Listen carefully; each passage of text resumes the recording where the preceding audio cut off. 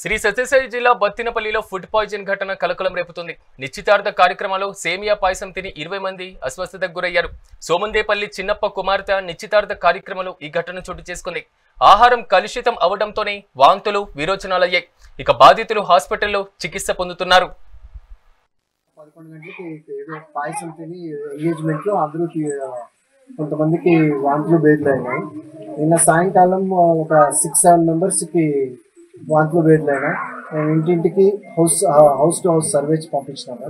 దాంట్లో తెలియదు ఒక 20 మెంబర్స్కి వాంతులు బేదలైనాయి. అందరికీ ఒక 7 మెంబర్స్కి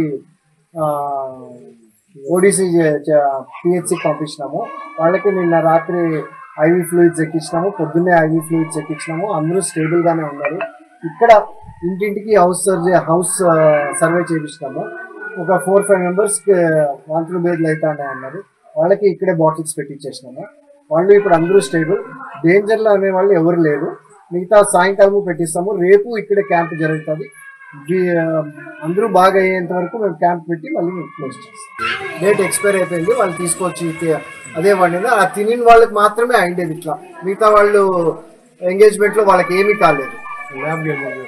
ఒక 10 to 20 మెంబర్స్ వాళ్ళు మాత్రమే తిన్నారంట. అది బత్తినపల్లి గ్రామంలో ఒక ఎంగేజ్మెంట్ ఫంక్షన్ అనేది చేశారు చిన్నప్ప వాళ్ళ ఇంటి దగ్గర. అక్కడ మరుసటి రోజు అక్కడ ఉన్న జనాలకి, అక్కడ ఉన్న తినిన వాళ్ళకి విరోచనాలు, వాంతులు, బేదులు అవడం జరిగింది. దాంట్లో మొత్తం 25 కేసులు వాంతులు, బేదులు అవ్వడం జరిగింది. దాని తర్వాత మనకి రిపోర్ట్ వచ్చినాక మనం అక్కడికి వెళ్ళి మెడికల్ క్యాంప్ పెట్టి, అక్కడ ఉన్న స్కూల్లో ఉన్న ఒక ఆర్టీటీ స్కూల్లో ఒక మెడికల్ క్యాంప్ పెట్టి, అక్కడ ఉన్న వాళ్ళకున్న సిమ్టమ్స్ని, వాళ్ళకున్న దాన్ని బట్టి అందరికీ అక్కడే ట్రీట్మెంట్ ఇచ్చినాము.